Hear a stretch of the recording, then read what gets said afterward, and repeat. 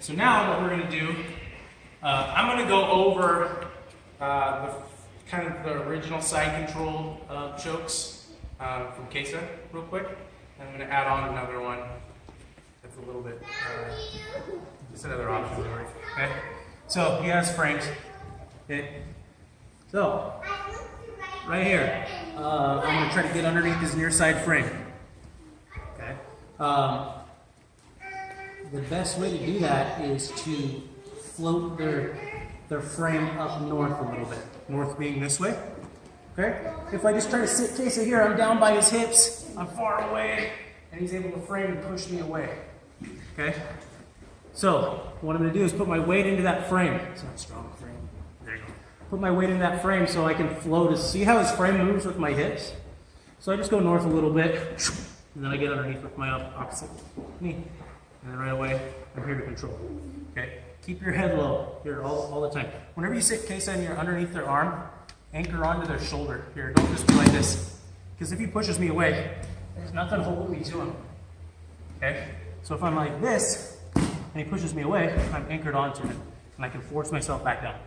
Okay, but if I'm not holding on to him, there's no chance. Unless I square back up. Okay? So I'm here. I'm going to step over his head. Okay? So this is kind of a bait move. Right here, I can go for the arm lock if it's there. If it's not there, that's perfectly fine. He's going to start pushing on my knee. As soon as he does that, I'm going to try to follow with my armpit behind his elbow and come behind his head. Okay? Then I'm going to square up here and then squeeze down this way for the choke. Okay? For him to defend that choke, he needs to turn towards me. So as he turns towards me, I kind of let him use my hand here. I'm going to open my elbow a little bit. Okay, see how that kind of pulls his head up? You can cup his head too if you want, but just open your elbow a little bit. South side hand comes underneath and through. Okay? This hand now opens. I don't want to do this. Okay? Second I do that, he's just going to turn and put his head. I lost everything. Okay? So, I'm lifting. As soon as I get this arm through, I just open my elbow and keep my hand on the back of his head because I'm going to stuff that and try to get this deeper. Then I keep contact with his head. Okay? And I adjust his arm. Okay? His arm is a little bit north, so I'm going to kind of move my body around and try to get his arm centered. If I have his arm centered in my body, I know where it's going to be and I can push it where I want, across his neck. Okay? His arm's up north, I might miss his neck completely. And my pressure, when I sprawl out, is not going to go where I want it. It's not going to go into his neck. Okay? It's going to go into his armpit. He's down here. Same thing, when I pressure, there's nothing blocking off this. So I want to have his arm as close to this as possible, so that way when I pressure my chest into his tricep, it's not pushing into his neck. Okay? So that's why I step over. Okay? Squeeze a little bit with your arms, not a ton, because you don't want to burn yourself out. Okay? Squeeze about 30%. Let your weight do the rest of the work, and if you need to, you add a little bit with your arms. Okay? You shouldn't be squeezing 100% right away. Okay?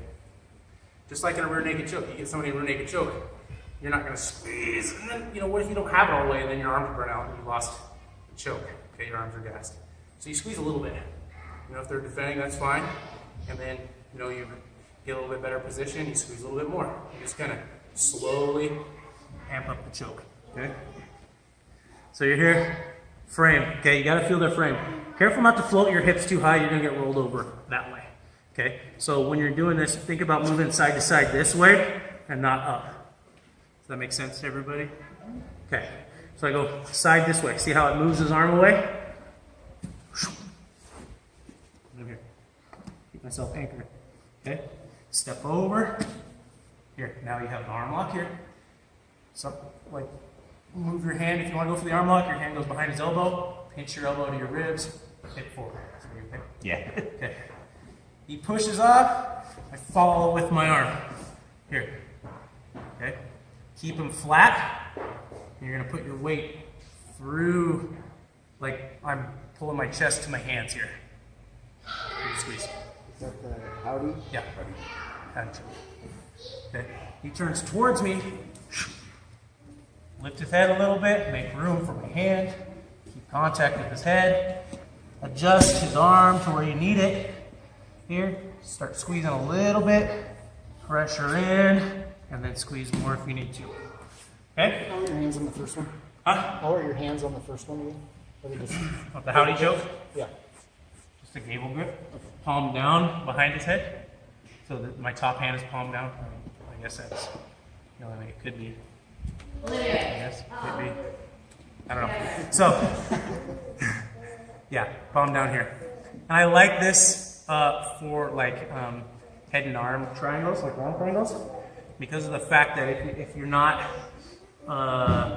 you know, if you're running out of squeezing power with your arms, you can always use your wrist too. Make sense? So if I'm here, I'm like this, and I'm trying to squeeze, I can't. Well, if I start bending my wrist, that's going to take up space too. That's why I like to do it that way. And especially like if I have an arm triangle here, and like this, I like to squeeze, squeeze, squeeze, and then I use my wrist to close up space too. Okay, so when you do that howdy choke, do that too. Okay, so just real quick, one more time. Here, friend, north, switch, here. Step over, go for the arm lock, he pushes. Howdy, palm down. Boom. Okay, he turns towards me, hold his head, lift up, space, grip. Move his arm out of the way, shift, squeeze a little bit with your arms, pressure in, and then finish squeezing. Okay? So, this is a recap, that's why I went through it pretty quick. And we'll add on another one. Any questions? Okay, let's run through that one. 5 minutes and then we'll build on. Hands up. 1, 2, 3. Is check their hip. Right? And if I do this, and I start doing this, oh man, I just give me tons of room to re-guard, you can get up on top, whatever. Okay? So, first thing you do, check the hip. Second thing, this arm comes over. Now, this one's a little bit different. Normally, for control purposes, I'd want you guys to come right over their elbow, or I'm sorry, right over their bicep when you sit this way. Okay, because it's gonna negate this hook. Okay, if I'm like this, he's got some bridging power. Even though I'm blocking his hip, he could potentially come here and bridge really hard and reverse me. Okay, so with this one, what I want you to do when you get to here, when you start, so you're not going to go low with your arm, you're going to kind of hang out by their neck.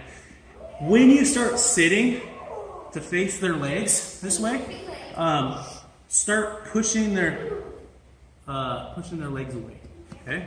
So typically, what I like to do here is underhook here and go over their leg, like this. So that's going to start pushing their legs away. And then I'm going to sit here. Okay. And this is very similar to the ones that we've done before, or the one that we did just a couple days ago. I'm going to straighten my arm and go underneath his head.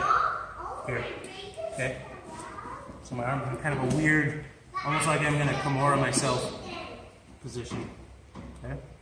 Then, when I have his legs pointed away, I'm going to switch to his hip. Okay? I'm going to run my butt backwards. All the way around to the darce. Don't teach Joe this. Too late.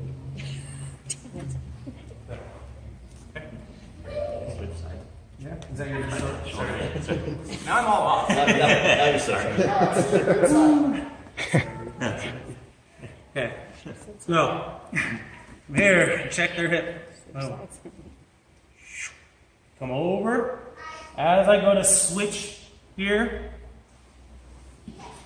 turn their hips away. Okay. Straighten your arm, and then go underneath their neck. Okay. Keep their hips pointed away from you. If they're wearing pants, push them away. If it's no gi, cup their hip and just push here. Another good way you can kind of build a frame with your leg here. My leg's going into the ground. My hand goes into his hips, and then my elbow goes against my knee. So that way when he turns back into me, all of his pressure is going through my foot into the ground. It's really hard. Okay? I got to keep my hips low when I go to scrape his arm. If I lift my hips up, yep, it's all gone. Okay? So, Just think about scraping with your hips. Okay? And only when I'm like in line with him is it okay to start turning. Because by that time, there's space underneath his back. I'm going to get my lock.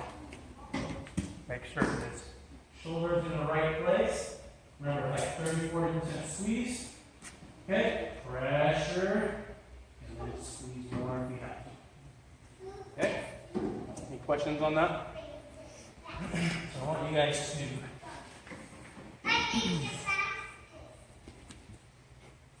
over here. Boom. Check 1. Ankle check. 2. Come next to their neck. Okay. As I switch, turn his legs away. Okay. And then also, when you switch here, I don't want to be on his frame because then I can't get underneath his elbow and get underneath his arm. Okay. So my hips, if you feel their frame underneath your hips, walk your hips towards theirs. Then sink them down to the ground and scoot them back. Now I know I'm underneath his arm. Okay? Switch my arm, underneath the neck, walk the hips, scrape, scrape, scrape. Get into the right position. Move.